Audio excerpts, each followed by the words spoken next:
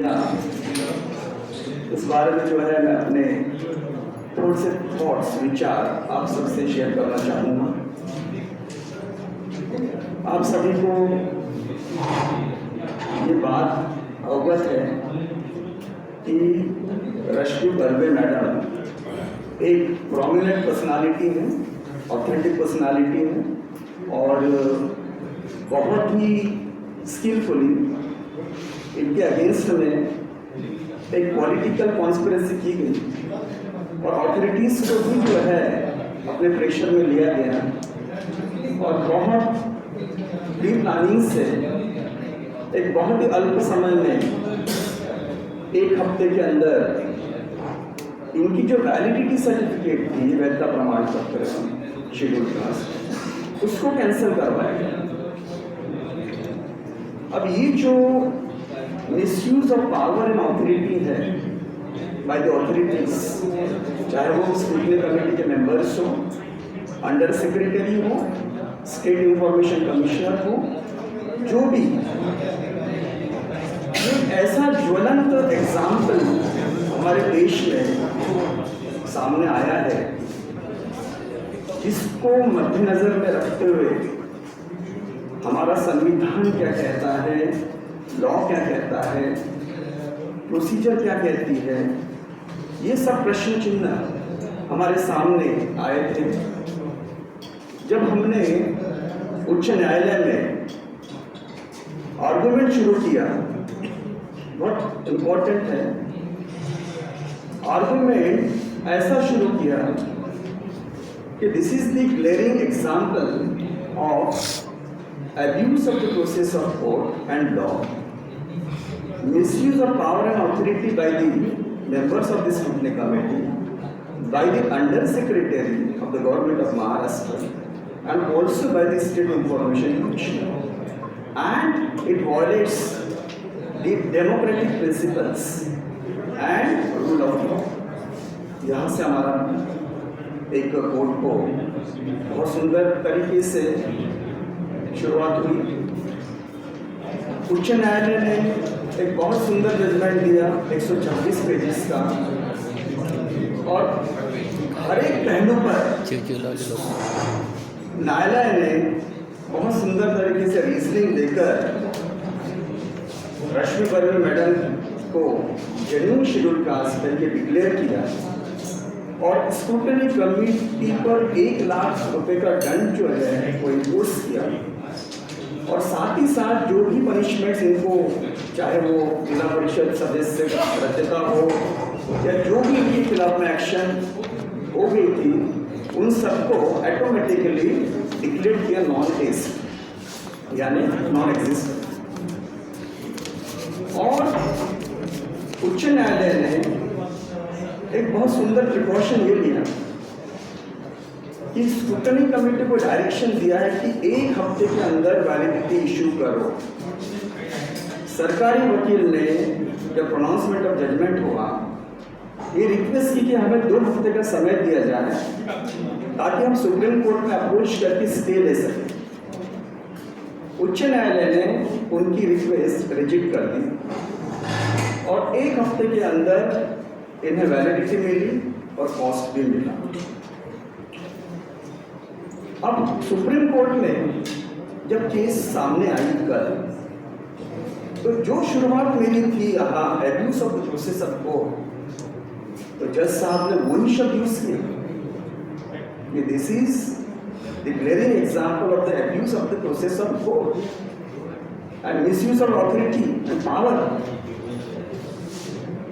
और जब matter called out हुआ तो माननीय सर्वोच्च न्यायालय ने सर्वप्रथम क्या कहा कि we are dismissing this appeal. ऐसा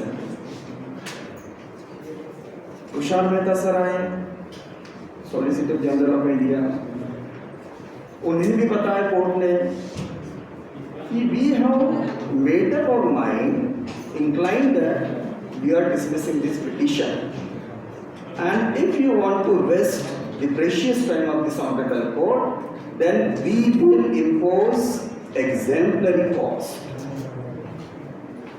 तुषार मेहता सर ने सिर्फ एक पॉइंट आउट करने की कोशिश की कि power of recording of the order by the scrutiny committee, इतना ही बोल पाए, लेकिन कोर्ट एग्रेसिव था।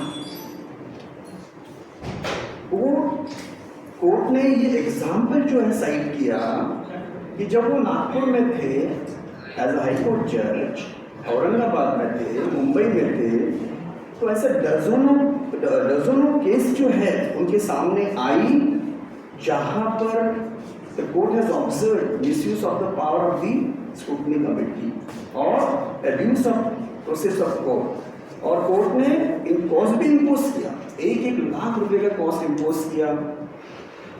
और मेरे ऑब्जर्वेशन में जब हम माननीय ऑनरेबल जस्टिस गवई साहब के कोर्ट में हम जब उपस्थित होते थे, तो इस तरह से अगर कोई हरकत कमेटी वाले करते थे तो उन्हें वो कोर्ट रूम में बुलाते थे और ये कहते थे कि अपना बोरा बिस्तर बांधो, सेंट्रल जेल जाओ। ये सभी को मालूम है, पूरे हाईकोर्ट को मालूम है। तो उन्हें जो है स्क्रूटनी कमेटी कैसे फंक्शन करती है, कैसे बायस होती है, कैसे फेवर करती है, कैसे प्रेशर में आती है और प्रोसीजर फॉलो नहीं करती, जो सुप्रीम कोर्ट के और हाई कोर्ट के जो जजमेंट्स है as a precedent, binding precedent under article 141, 226, उसको भी इग्नोर करती है। Scrutiny committee quasi judicial authority है, जज साहब ने भी बोला प्रोसीडिंग्स में कि अगर तुम क्वाज़ी जुडिशियल अथॉरिटी हो तो तुम जुडिशियल अथॉरिटी भी नहीं हो। एडमिनिस्ट्रेटिव अथॉरिटी 50%, जुडिशियल अथॉरिटी 50%, इसलिए क्वाज़ी जुडिशियल अथॉरिटी हो। और क्वाज़ी जुडिशियल अथॉरिटी ने हाई कोर्ट के पावर्स अंडर आर्टिकल 226 यूज नहीं करना चाहिए। आर्टिकल 226 ये कॉन्स्टिट्यूशनल प्रोविजन है जो हाई कोर्ट को पावर्स है। तो कमिटी इस केस में, रश्मि बर्मा मैडम के केस में, हाई कोर्ट के powers under article 226 review jurisdiction use किया, ये कहते हुए कि हमें पावर्स है, सू मोटो पावर्स है to cancel the validity certificate. और इस केस में ही जो पहला कंप्लेंट था साड़वे, सुनील साड़वे की, स्क्रूटनी, इसी स्क्रूटनी कमेटी ने उसकी कंप्लेंट ये रिजेक्ट कर दिया इस रीजन से कि हमें पावर ऑफ रिव्यू नहीं है, आप हाई कोर्ट में जाइए अंडर 226 और वहां से ऑर्डर्स लीजिए।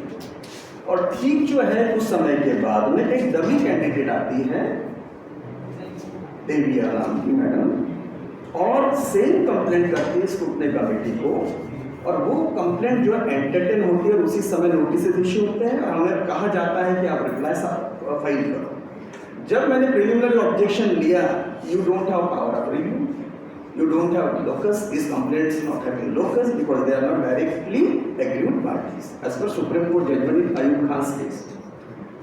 और जो स्टेट इंफॉर्मेशन कमिश्नर ने जो एसपी को ऑर्डर किया था कि आप इंक्वायरी करिए इनके केस में और रिपोर्ट सबमिट करिए, तो वो भी चैलेंज हुआ था उसके पहले हाईकोर्ट में, और हाईकोर्ट ने स्टे दिया था और ये बोलकर कि you don't have the jurisdiction, you are exceeding the jurisdiction under section 18 of the right to information act, you don't have power.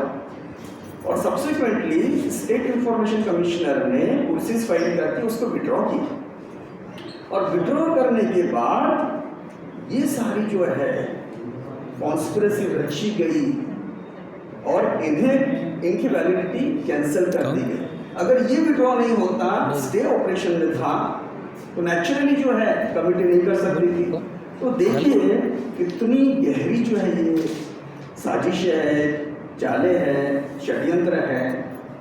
तो ये सारा षड्यंत्र जो है कोर्ट के सामने आया, हाई कोर्ट के भी सामने आया और सुप्रीम कोर्ट के भी सामने, और सुप्रीम कोर्ट ने जो है क्लियर कट देखा कि ये तो सरासर एक शेड्यूल कास्ट वुमन कैंडिडेट के लिए अन्याय है।